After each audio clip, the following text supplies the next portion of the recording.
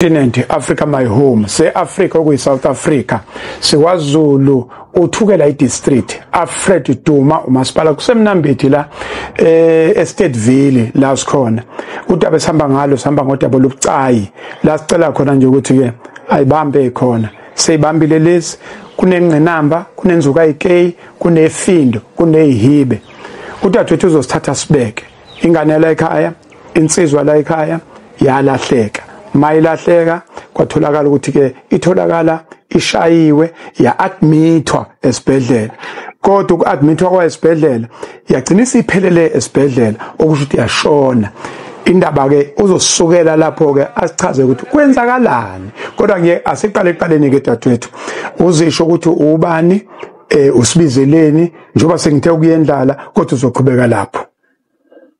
Sanibonani bantu baseNingizimu Afrika, ngikhuluma noShila wakwaSithebe eStateville eMnambithi. Ngicela ubaba uMsweli azongisiza lana idaba lami lokanjena ngalahlekelwa umuntu akabhuti wami nge-15 zikaJanuwari kulonyaka.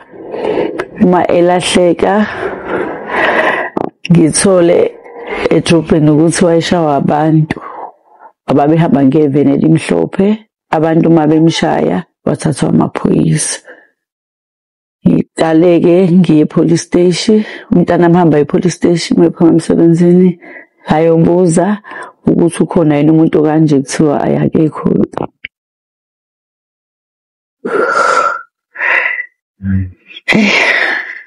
Yeah. Yeah. Awasema ngiphezulu.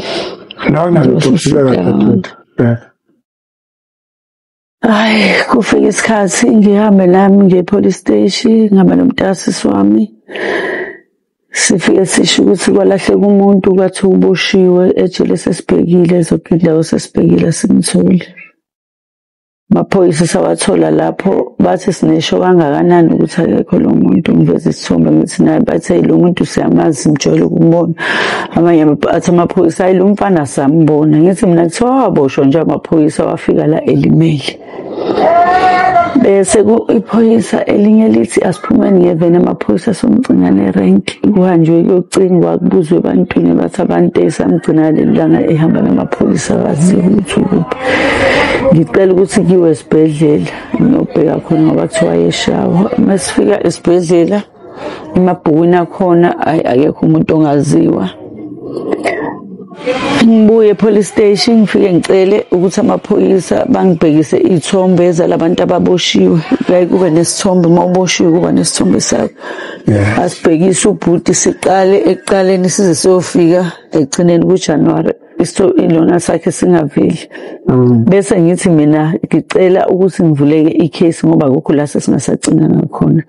Hayi basivulisele icase ngibuye size la ekhaya umntasisi wami lo ngangihamba naye wakubona okuningi ukuthi kuningi nje okwenzeka laphana okunye sasinga-understanding ngendlela ababebuza ngayo amanye ngoba amanye amaphoyisa athi semkhumbula lo mfana wayelimele lana. So ihambeke indaba icase engivulile kuthuleke mhlawumbe after 2 weeks bese ngithola icall ebusuku private number usisi athi ukhanyile uphethe iqala le missing person engibuza ukuthi le statement engisibhale lapha nasiyiqiniso na. Ngithi yebo bengilahlekelwe umuntu uma ngibuza abantu bathi uthathwe amaphoyisa okusho ukuthi ulahleke lapho ke police station. Ay kuphamba isikhathi mhlawumbe phela amaviki awu2 sisangasho lutho ukuthi makungisobuluko noma lesibili ngihambe ngiye police station ngiyofuna umuntu nami sengilikhohliwe negama umuntu engamazi ngihambe ngibuze emaphoyiseni ngine-case engayivula manje umphathi waleli cala ngimazi siwayi mhlawumbe ufike sebehambile ngihambe ngibuyele futhi kwaze waba ngelinye ilanga ngithola omunye umntwana osanda kufika kula abasesha abasha angibiza ngihlalise phansi office ngimtshele yonke into angicheckele phansi abuya ngitshela ukuthi icase le ye-missing person loyifuna iphethwe ukhanyile akekho emsebenzini kade amiswe emsebenzini. Ngibuze kusisi ukuthi hawu kanjani ngoba kulahleka umuntu and sekunesikhathi eside lo muntu elahlekile.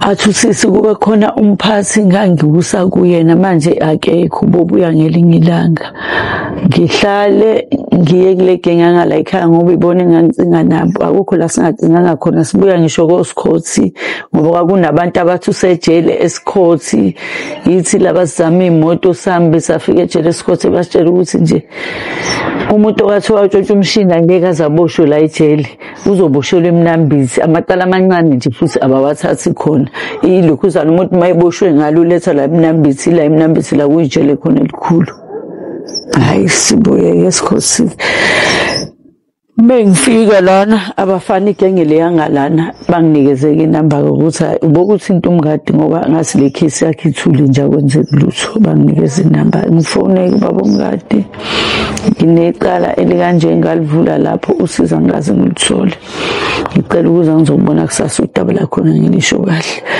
ayavuma ubaba ngabe nankinga ngithi kusasa ngo-10 ngizofika ngifike ngimdlalele udaba athi nje akalazi lelo daba akazi ukuthi kunomuntu owalahleka laphana athi-ke uzongibuzela-ke uzohlanganisa abaphoyisa abuze ukuthi icase iphethwe ubani kanjani anoma ngadlulisa usuku olodwa yini ngabuyela khona-ke hayi uma ngibuyela khona sebekhona-ke phetheke labanye abaphathi babaseshi bachazela ngodaba-ke icase isikhona-ke ilokhuzana iDockers iclean njengenalutho kungekho la ukuthi mhlawumbe lo wayethathile ekuqaleni waya kuphi ubaba umngadi asho ukuthi hayi selizophathwa uduma uNgcobo icase yes ayithathe kuNgcobo icase mhlawumbe emva kweviki angifonele angitshele ukuthi hayi mina-ke uNgcobo siphethe icase yakho ngoba safike ngekho besitshela nje ukuthi uNgcobo nje uzophatha icase bese yangibuza-ke ukuthi kukhona yini engizwayo ngithi mina no kulokhu mina enginakho wena unakuphi ngoba le case kade ngayivula mina ayikho usizo engike ngalithola so abantu bayakhuluma vele uma usesimene sikanje uyalalela abantu mabekhuluma uqoqe konke ukuhlanganisa wena usunakuphi athi hayi usazobheka-ke naye usazohlanganisa-ke ngithi mina khona enginake ngikwaziyo mhlawumbe kuphela iviki elilodwa futhi ngihlangane naye etrobheni angitshela ukuthi hayi usabhizi khona icase ayi-athendayo umntwana olahlekile kanjani umuntu mina kade ngikhuluma naye kakhulu kade ubaba umngadi noma kukhona enginakho besiya kubaba umngadi siyokuhlanganisa ukuthi sengizwe u1 no2 no3 kanje how khona la ngifonela khona ubaba umngadi ukuthi ombuza ukuthi icase uNgcobo sesebenze kwafika phi wathi ubaba umngadi kade bekuhlanganisa lokho bezo-addressa umndeni ukuthi sebehambe bagcinaphi kulo lelo viki nje engifonele mhlawumbe kwakuwumsombuluko noma kwakuwuLesihlanu kuthi kuwoLesibili usisi wami angifonele asi angiphuthume edrobheni ugogo lo ngaseboxer uthi kune-information abayithola ebhala ukuthi abazuqa abaveli hayi ngiphume impela nami la ekhaya ngigijime ngiyogibela iteksi ngifike edrobheni ngimcinga ugogo uma engibona asi nje ugogo iphepha ngibona abafana lapha befunda iphepha ngezwa bekhuluma ngogqa ngabuza ngathi kuthiwani ngogqa base kuthiwa kunomuntu otholakele onethathu ebhala ukuthi ugqa ugogo acela iphepha-ke aphuthume eboxer uSandile umntasisi wami wayeselifini ngoJune bangamfica uSandile-ke ngaze asixhumanise nomuntu nje osephayikeni owazi inamba zethu ngoba ugogo bengazi kodwa inamba zami bengazazi bengazi nje u-anti umfana ngifike kugogo-ke asinaku nali iphepha libhalwe ngogqa hayi ngithatha impela yilo leli ngithatha ugogo ngilifunda athi kuthiwani ngimtshele ukuthi hayi gogo kuthiwa kunomuntu owatholakala ku-R74 waphuthunyiswa esibhedlela iMausi ukuhamba kwesikhathi waseyandlule emhlabeni une-tattoo ebhalwe ukuthi uqa engalweni. Ngicela ukuphazamisana manje mhlambe othi noma ngingakwazi ukufunda kahle asimfundele nomuntu obukayo. Angiboni kahle. Ngizozama nami ngizofifiyela nje. I-Lady Smith Herald le 24 June 2025 page 2. Na ntwelo luyadaba luthi isihloko sakhona police appeal for help to identify assault victim. Kubeke indaba ethi Winterton police detectives are asking the public for help to identify a man who was found badly beaten alongside the R74 on 22 January. Police responding to a call discovered the unconscious man, believed to be about 40 years old, and rushed him to Emmaus Hospital, where he later died. A murder investigation is underway. All right, okay. The victim is average build and height and has the letters. Okay. The victim is average. The victim is of average build and height and has letters tattooed on his upper left arm. He was wearing blue denim jeans and a white t-shirt when he was found. To date, no missing person reports match his description and no relative has come forward. Anyone with info is urgently to contact. Anyone with info is urged to contact Constable Bimbrish on 083 blah blah blah blah in number or 082 462 blah blah blah blah.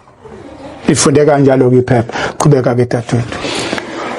Iphepha ngilithathe kugogo ngigibela itaxi ngisingehla nje ebridge ngingene kumngani wami lapha ekhoneni sithumela ingane sengi-airtime sifone ayi usisalibambe ke ucingo ke bese ngiyasho hayi ushila sisi lokhuluma nayo akasithebe benginomntwana okade ngilahlekele so ngibona la ku-article ukuthi kunomuntu otholakele cela uzomu-identify uyena ngoba naye bewuqa athi usisi ayicela ningezi kusasa ngoba lesithathu ngizobe ngikhona ngolesini ngithi mina hayi okay akunankinga ke sisi usho ukuthi sokubona ngolesini ngifike la ekhaya ngilokhu ngishuthele article ngisendele ubaba umngadi ngimtshele ngibese ngisenda ivoice note ukuthi baba umngadi nako ngikuthola ephepheni sengifonile kuthiwa asize ngolesini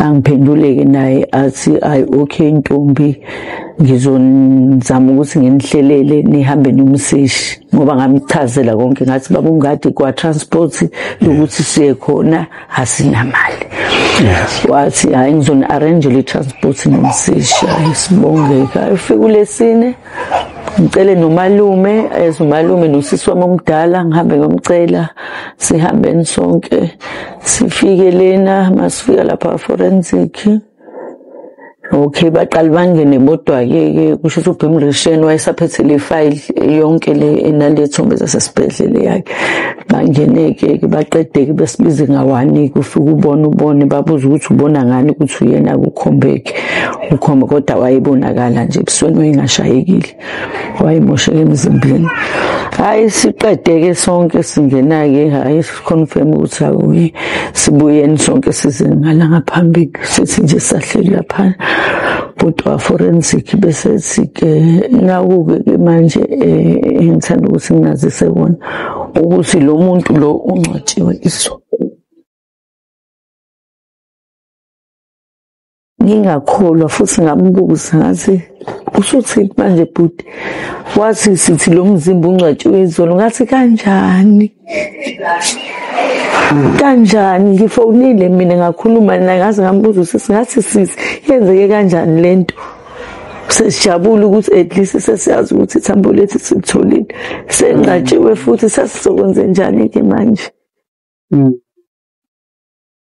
vele kuqale phansi kwamshini emva kwesikhathi esingaka umuntu ekhala ukuthi mesithola amathambo-ke kuphela lapho sasesijabula ukuthi at least-ke basesiwatholile amathambo ethu kusiba right kwavele kaqala phansi iy'nkinga ey'nkulu-ke kunakuqala-ke nje ngoba sisazi ukuthi sizomthola kanjani ngoba besinesifiso ukuthi sicela ukuthi siyinqwabele thina ngendlela yethu ngoba nangale ndlela ahambe ngayo akukho kahle.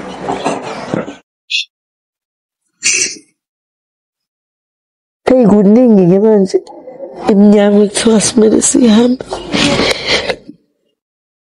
Izolo nje ngikhathele igazi ngoba la sihamba khona bafike basitshela okunye ala sithi siyakhona bafike basitshela okunye uze singazi ukuthi kumele senze njani.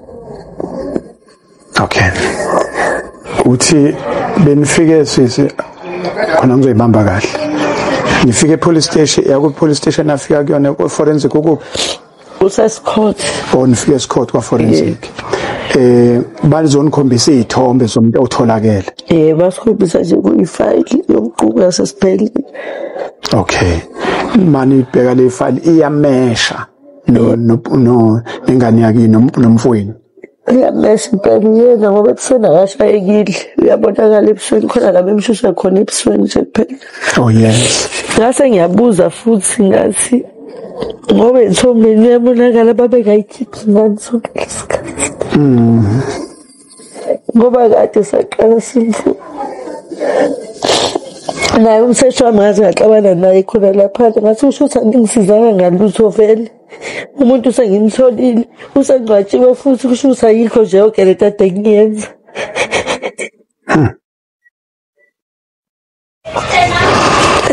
Africa my continent, Africa my home.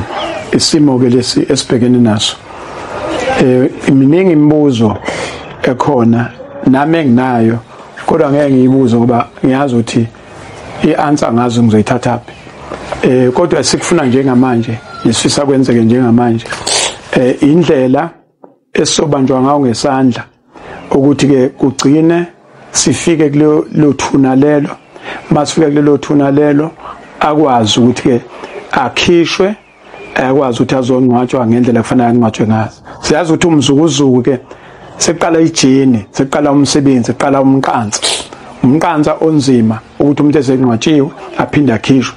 Maningi ama-document afunekayo, maningi amaphepha afunekayo, maningi ama-signature afunekayo, kodwa lokho asiboni ukuthi singathi iyona nto ezoba yintaba kakhulu. Okunye nokunye nemibuzo enginayo okwamanje ngiyakhetha ukuthi ngingayibuzi. Mhlambe masiloko sihamba nalolu daba eminye imibuzo izoyivelela mhlambe nabantu abazosiphendula. Njengamanje into esifisa nje ukuthi mayenzeke ukuthi-ke sithole indlela eqonde nje ngo ekuthini siya kanjani ethuneni lakhe ukhishwa kanjani iziphi incwadi ezifunekayo ukuze bekwazi ukuthi-ke lamumbe aphinde ayongcwatshwa ngendlela futhi enesithunzi ehloniphekile engcwatshwa abantu basekhaya. Siyazi ukuthi-ke ukungcwatshwa kodwa inhlabathi nenhlabathi ithuna nethuna negama lomuntu noma ungahamba kuphi kuhle ukuthi enhlabathini yakini bese igama lakho libe lapho, hayi igama lakho libe senhlabathini ongasiyakini. Kuhlala kunalowo mgodi lo, kuhlala kunalezo hibe lezo. Ngicabanga ukuthi ilokho kwamanje engakusho ukuthi siyacela nisilekelele ngayo yonke indlela. Kulekeleleni sifisa ulwazi nabantu abane authority nanokuthi-ke amandla-ke okuhamba imali-ke manje sekufuneka ukuthi imali-ke manje sesizobuya-ke manje ibhakede likwazi ukuthi-ke sisupporte ngempela ukuthi makuthiwa kufuneka endaweni ethize angabi nayo ukuthi-ke isikhathi sikhona kodwa imali ayikho. Ezinye zezinto okwamanje mhlambe ngizoyibeka lapho ukuthi usizo esicelayo i-direction bese ke abaphathi bamaphoyisa bayosichazela nje ukuthi ke uhlala isikhathi esingakanani umuntu ulahlekile before ancwatshwe. Lana ke indida ukuthi bese betholakala umndeni yenziwe appointment kwaxoxwa manje futhi usengcwatshiwe ilapho nje abaphathi bamaphoyisa ufuna besichazele lapho engaba amaphoyisa angcwabayo noma uforensic angazi nokuthi ubani kodwa nje amaphoyisa njengoba ukuthi abalokubona ngabantu ibona abazosichazela kangcono ukuthi imuphi umnyango esifisa akufanele ukuthi singene kuwona.